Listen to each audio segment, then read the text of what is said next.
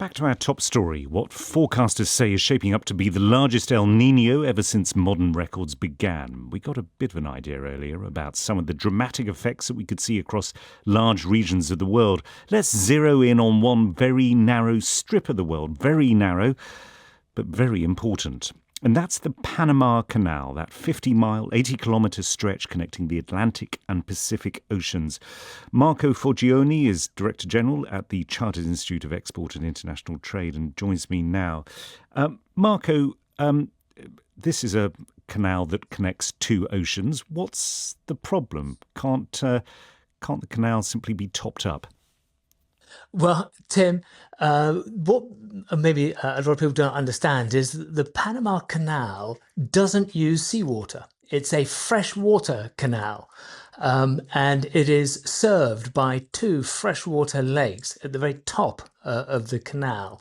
And the issue is that El Nino is affecting the rainfall and the rainfall patterns in Panama, which means that the lakes that service the Panama Canal are far below the levels needed to continue normal operation of the canal. Right. So you're saying that El Nino effect is already being seen with the Panama Canal, but I understand that you're saying that it's fed by these freshwater lakes.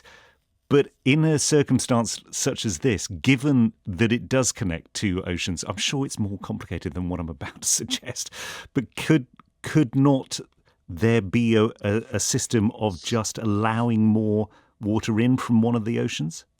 Well, no, because the ships from either the Pacific or the Atlantic are lifted up to transit the Panama Canal. So the flow of water has to lift the ships up through the canal and then down the other side. And there is a differential in the levels of both the Pacific and the Atlantic, the Caribbean Atlantic, of about 7 meters. So it's a real technical feat of engineering what is achieved with the Panama Canal, and it is dependent on that fresh water.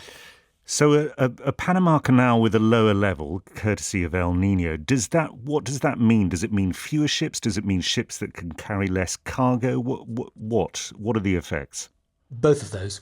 So you can't get as many ships through, despite all of the water saving and efficiencies that the Panama Authority have put in place. You just cannot transit as many ships, and they cannot carry as much products or containers as they would usually do in normal times. And we've seen that disruption in recent years. You also then have a backup of ships waiting to transit the Panama Canal. So the problems become cumulative and escalate over time. And presumably the costs increase as well for shippers. Oh, dramatically. Yeah. What happens is that for about 10% of the transits, you enter an auction to find a slot. Right. And in normal times, that's about $140,000 per transit.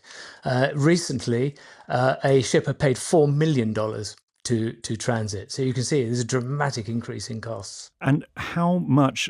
I mean, give me the figures, and we haven't got a huge amount of time, but give me the figures for sort of what impact this will have globally, because obviously the Panama Canal is important, but also, you know, which region, which country is likely to be most affected by this as well?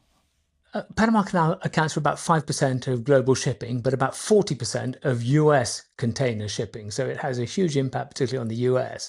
And the countries that are going to be most affected are Peru, Chile, and those South American, Pacific-based countries who've got huge European marketplaces.